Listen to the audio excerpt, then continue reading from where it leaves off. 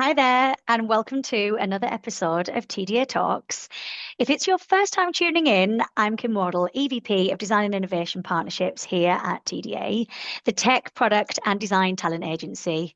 And while connecting top tier talent with world class teams is what we do every day, this podcast is a way of giving back to our community by sharing bold ideas, fresh thinking, and deep insights with some of the most inspiring minds in the industry.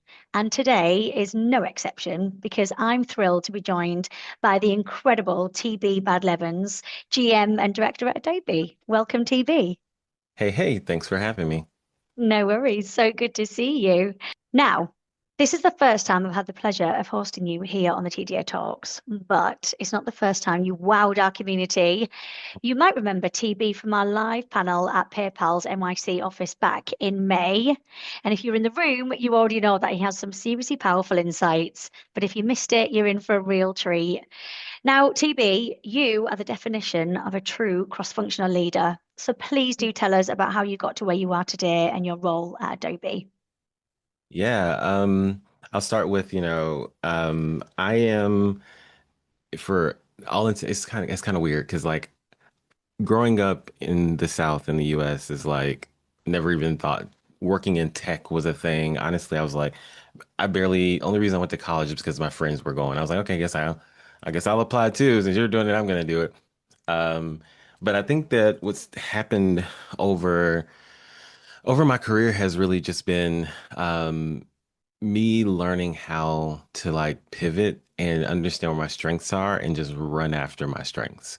And so like I'm like storytelling, getting people together, learning quickly, growth mindset, like all those things that like I do well, like building strategy, like it's just something I've always done. And so like I don't know, I think I've really pushed myself to just follow where I'm gonna have fun and my passion more than anything, which kind of feels cliche.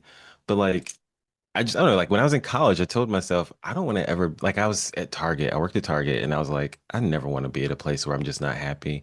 And I literally, that same day, I took my badge, took it off, I stuck it on a magnet on a piece of paper, and wrote, consider this my 2 weeks notice. And I left it in the office and I just walked out. And it was the last time that I like just stayed at a place where I just wasn't happy. And I've been following my passion ever since. So, I've just been really lucky to find really great opportunities to stretch and grow and to push myself. And it's allowed me to learn what does it mean to be a design leader, a product leader, a research leader, a operational leader, like all these things combined into the work I have to do every day now. Love that. Fantastic. And can you give us a bit of an insight into your role at Adobe? Yeah, so I lead a team called Product Equity. And so first I always define product equity. So we define it as a state in which every person, regardless of human difference, can access and harness the power of digital products without harm, bias, or limitation. And so my role, and by extension my team's role, is to look at Adobe's values of Adobe for all and creativity for all and technology that transforms and says, those aren't just for our corporate strategy and CSR stuff, right? Like it's also for how do we build our products. And so for me and my team, what we do is we look across all of the products that Adobe is building and says, how do we make this for everybody? Like, how do we take Firefly and AI, make it for everybody? How do we take Photoshop and make it for everybody? Like, how do we help sort of expand the aperture, which also helps a lot of creatives around the world better engage and use these products to bring their ideas to life. And then you also think about the other side of like, because most people don't know, Adobe has, I think now the count is around 150 different products. And so most people know Photoshop, or they might know Firefly, or they might know Acrobat and PDFs, but they don't know the whole suite of creative tools that exist for marketers or and for like analytics tools and things like that. And so our job is to look across all those things and say, hey, through the lens of neurodivergence, through the lens of cultural relevance, through the lens of just harm and bias or social economic status, and like how do people actually pay for our products, like all those things through those lenses. How do we make Adobe better and more useful for more? Which is great because it also builds the business. It helps us penetrate deeper into markets. It helps us drive more greater innovation and all these other values. So it's also like a business driver is what my team does. I love that. And your team consists of product design. Is it data and engineering? You cover the whole spectrum? So product design, research, program management, and we're working on engineering, and we actually just got our first a quantitative researcher, which is great because we're trying to get more of our data people built up too. So sort of have like my own little product world within my organization. I love that. And like that probably means that you have to adapt quite a lot as a leader. So I'd love to talk about leadership with you. And quite often we talk about, what great leaders learn. But actually, I'm curious, was there a leadership belief or habit that you've had to unlearn to really grow into who you are today? I remember early in my career, one of the things that I thought about was like, oh, everyone wants to be like me. I'm a Mm. highly ambitious person. I want to get promotions. I want to move up. Like I want those things, and that's important. So the thing that is a reward for me, my hard work, is bonuses and promotions, right? And then I learned over time, no, actually not. I had an employee when I worked at Microsoft actually who he was the type of person who wanted to be rewarded through just being able to have cool projects, work with people he liked, and just enjoy work. And I was like, I don't know how to help you then. Like, what is the reward for you? Like, how do I like support you? And it was such a mind shift for me as someone who is highly ambitious and just wants the next thing to realize there's a human who doesn't want that as much. Or like I realized like, oh, maybe I should extend my one-on-ones from 30 minutes to 45 minutes or so because we need extra time just to be humans. Like I just learned like more about what it meant to have an individualized approach to how I support my teams in a way is like, oh, what do you need? As opposed to what does the team need? And then from there, I just peanut butter it across. Mhm. And that's helped a ton. And what I've done is be able to learn how to do that at scale. Because I know a lot of leaders, when you have 20, 30, hundreds of people, like how do you give individual access or individual support? It's kind of hard. But what I've learned is like being able to scale that approach through my leaders and have them learn how to scale it through theirs has helped a ton with really building a more healthy and engaged organization. I love that. That's so interesting. Um, Now, in a world where bias can be baked into algorithms and scale fast, how do you think leaders can meaningfully design for equity in those systems? Yeah. You know, the most important thing I feel like is to really be okay being uncomfortable. Hmm. I think we try so hard, and we even see it in sometimes in the laws that are made and things like that. We try so hard to reduce the uncomfort that people experience, like that lack of comfort, that what happens is that we become avoidant to it, especially at work. And so if it feels uncomfortable, it feels like a topic you don't want to talk about, or doesn't feel like good, then you sort of push it away, saying, nope, like it's fine, everything's great. And you see this a lot in AI conversations where you'll have like I literally would sit at some conferences where just multiple leaders would come up and talk about AI and how it's so great and how it's going to change the world and all these things. And not a single one talks about how much water does one prompt use? How do we talk about how that water is not recyclable? How do we talk about, particularly in the US, they're building data centers in Black communities that are really suffering right now because of the ecological impact of that. Like it's a ton of issues that comes with AI, but we only want to talk about the positive things, right? And I see this a lot. And so people, leaders being able to lean into the discomfort and saying, okay, maybe it's not my identity, but if we're doing generative technology and if I search for, let's say, I try to prompt for farmers in California, and all you're showing me are people who are Latino or Hispanic descent, and that's it, then that's something you should question. You say, hey, should we do something better here? And even if you get shut down, it's easier to ask the question and bring it up than not. And I mean, that's literally what my team did and how we transformed what Firefly looks like today at Adobe is we started asking the question of, well, is this actually what we want? And we also started asking the question of, or started to really push on Adobe once it created Firefly is no longer just tools. Now it's a creation platform. And so someone can point at our company and say, I did this at Adobe. And we're like, hey, we have to change the mindset of that. And so it really takes leaders being able to ask critical questions, pushing past their comfort zones to say, well, is this the right thing to do? And what's the long-term impact of it? And sometimes just being okay going against the grain. I call myself chaotic good because, I believe in making good trouble. I'm going to call some stuff out. And actually, like I got in trouble in college. I remember the dean of students at the time said, he called it attention-seeking behaviors, but he said, Tim, he was like, I was going by Tim in college. He was like, you know, um, you say the things that people think, and he meant that as like a criticism, and I took it as a compliment. I was like, yeah, of course. Like, why would we sit here and think these things but not say it out loud? And so let's create universal truths and let's like get on the same page. Let's make sure we have the right definitions that we're working against. And so it just takes, maybe what I'm saying is it takes courage. Yeah, If you're gonna do it, be courageous. yeah, 100%. And I think people need to speak out a lot more about those issues. You're right. It is, wow, AI can do this, it can do that. But I think it's these things. And I'm so glad we give you a platform to talk about this. And hopefully that'll get the conversation going even further. Yeah. But a great initiative to be a part of as well at Adobe.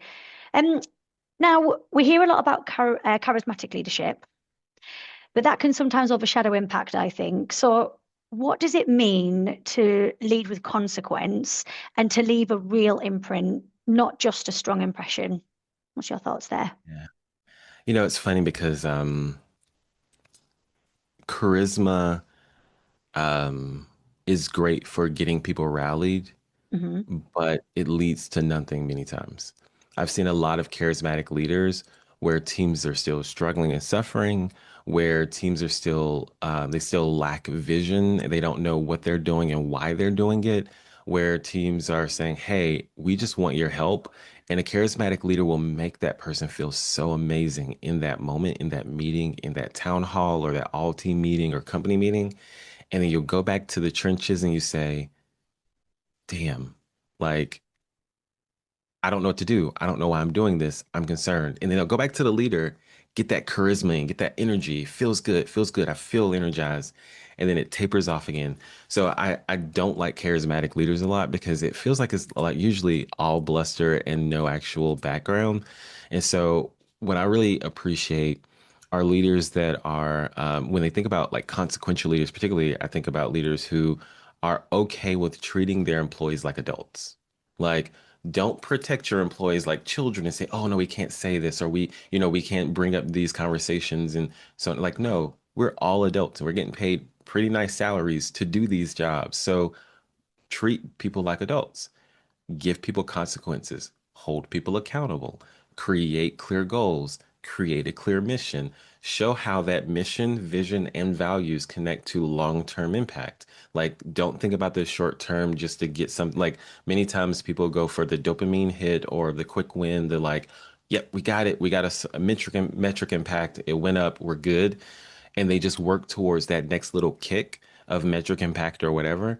And in reality, it's like, I mean, I used to build growth teams, and so like understanding like a growth team has to be sustainable. It's not just about a minor metric increase, but how do you increase over time? How are you improving products and experiences? And even when I say experiences, both customer and employee experiences over time.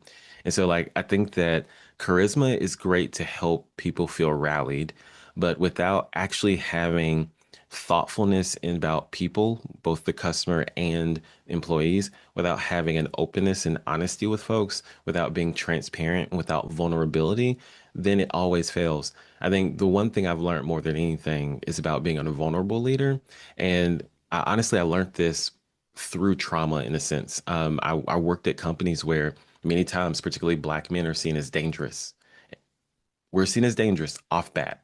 And so you come into a space where you already have this vision of being dangerous. Well, then how do you sort of get people to rally around you? How do you build friends and connections and relationships? Well, vulnerability. For me, originally it was, well, I'm Black, but I'm also gay. Let me lean on the gay side because that's less scary for people, right? But then it really became, well, it's not really about me being gay. It's actually, how do I just vulnerable? Like, how do I help people understand what I'm navigating and not? And how do I make sure that I'm just living in my truth and not masking things for others' benefits? And I found that has really helped me a ton in my leadership is like, just being vulnerable and open. Like I literally had a meeting yesterday with an intern in a team meeting, an intern asked me a question, and my response was, I don't know. So many leaders don't know how to say that. Mm-hmm. Just, I don't have the answer for that right now, but I'm working through it. I'm trying to figure it out. I'm learning myself. The vulnerability of I don't know, as opposed to trying to feel like you're always the one with all the answer because you feel like you need to be as a leader, like it takes such a weight off your shoulders because you don't have to feel like you have to carry all the balls. So I think vulnerability is that thing. Yeah, I love that. So being vulnerable, courageous, open and honest, Yeah. they're great qualities. And what do you think as well? Because as AI reshapes the way we work, we make decisions, what other leadership qualities do you think will become even more essential? And then which ones do you think might even start to feel a bit outdated? Yeah. I mean, one thing I think that I feel like people really have to, well, especially leaders, have to really think more about, and it's something that it's still an emerging idea for me. So as I talk about this, like I'm still formulating my thoughts or my how I think we approach it. But I think increasingly more about legacy. Mm, And many times we think of legacy as how will people remember me, right? Like how will people remember the things that I did and my story? Whereas I see legacy as how are you ensuring that what you started can live on in a way that's meaningful, right? So, for example, product equity work. It comes from a space of I want to change the way we build products because I want us to build products for everybody more effectively, right? This means that accessibility isn't a checkbox at the end of the process. It's actually a part of how we build and how we innovate because most people don't know these phones we have, that was an accessibility feature. Keyboards, accessibility feature, like text to talk or talk to text, accessibility feature. Curb cuts, accessibility. Like there's so many things that we experience today that are just natural for us to use that were specifically made for people who have disabilities, and they were all innovations every time. And so I think the thing that I think about a lot is just how do we think about legacy in the sense of if I want to my legacy is I want to change the way we build products. If mm, you never remember TB Bardlavens ever, but you know that all of a sudden products are built in a specific way where, oh, they're all already accessible, they're all already doing these things, then that's my legacy. My leadership legacy is I want to make sure I'm building and growing leaders that are vulnerable, that are courageous, that are open and honest in those things. So my legacy is driven through those individuals. So I think like really rethinking what legacy looks like and decentering yourself in that legacy and more about the work, the impact, and the change you want to see in the world is super important. I think that the thing that I would do less of or I would like get rid of when it comes to traditional leadership is really the belief that the higher the skill equals the better the leader. mm, I would get rid of the thinking that the only way to advance in leadership or to be a leader is to be a manager. I would get rid of the thought that leadership is loud and is talkative and is upfront and is assertive because I've seen some of the greatest leaders who are introverted. And what they do is, I actually remember there's this one leader who, when I worked at Meta, who she was so amazing because what she did was she was very quiet in most meetings. But behind the scenes before that meeting, she would go and have one-on-ones with every person that would be in that meeting to gain consensus. So by the time you got to the meeting, everyone is on the same page, everyone is moving towards the direction that was already decided on, and it made it highly effective in how the decisions were made. And mm, that was a leader who was, you would not see them on a stage speaking all the time. You would not see them as like a very open and like flamboyant person. They truly were a real introvert and they knew how to navigate the space as an introvert to really land high impact.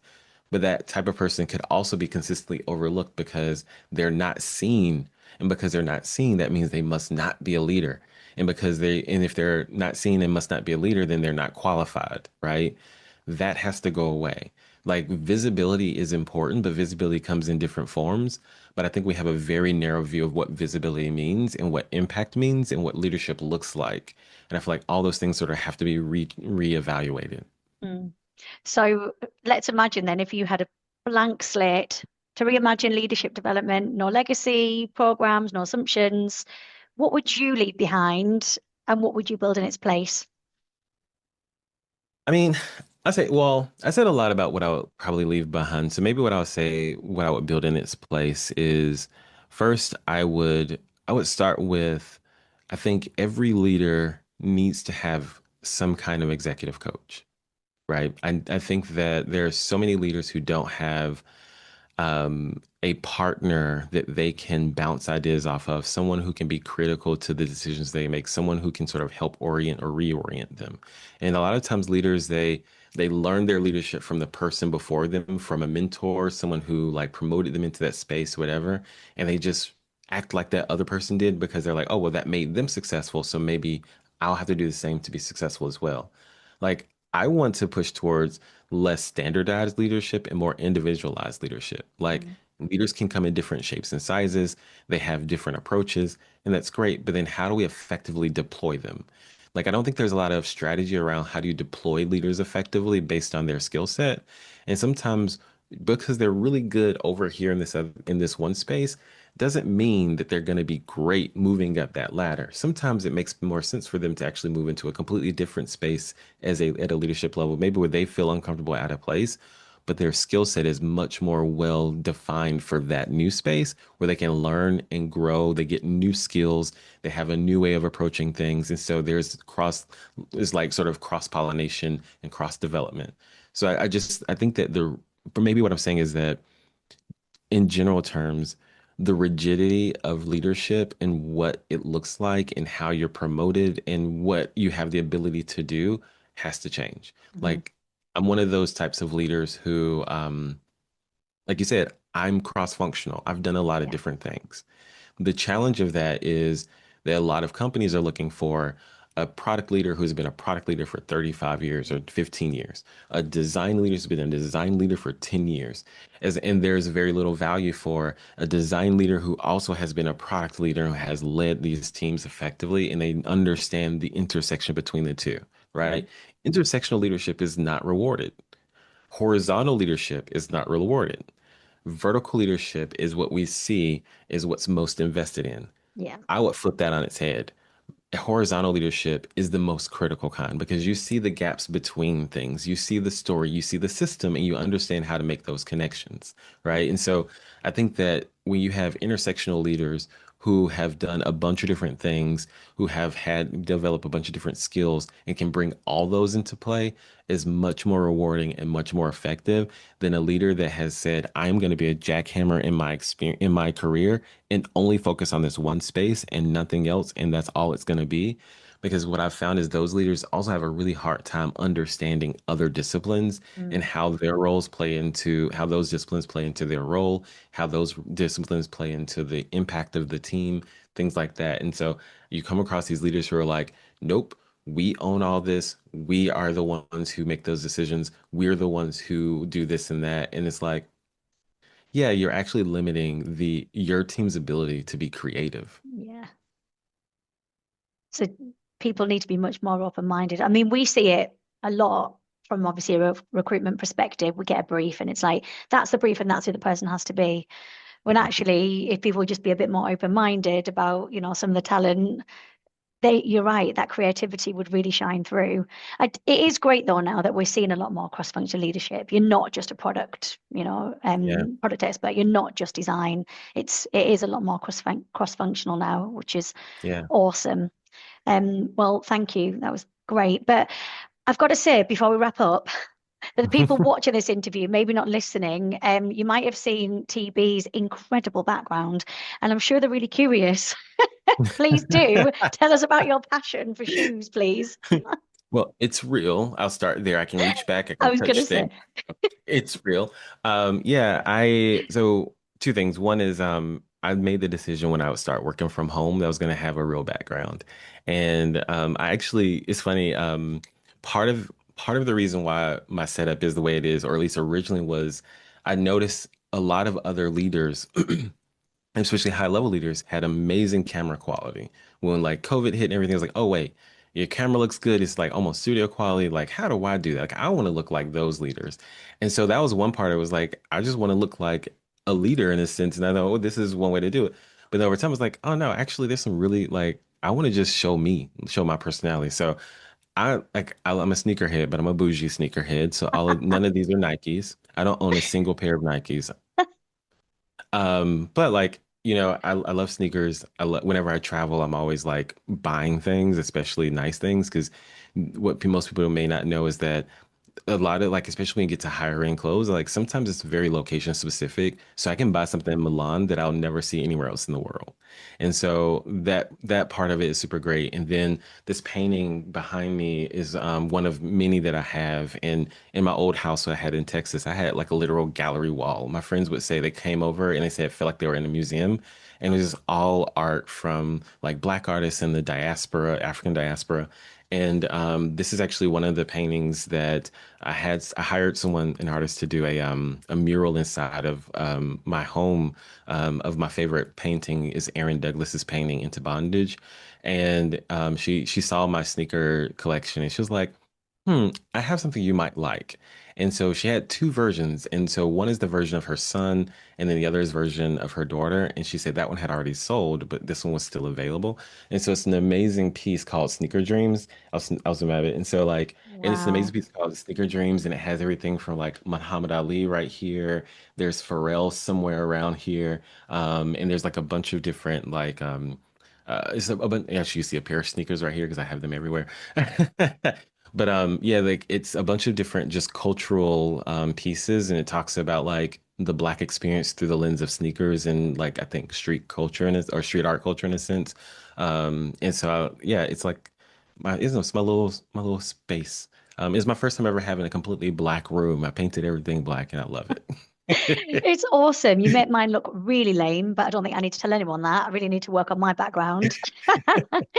Now, listen, that is all we've got time for today. I'm so sad. It's been amazing, but thank you so much for sharing all your insights and expertise. It honestly has been such an inspiring conversation, as always.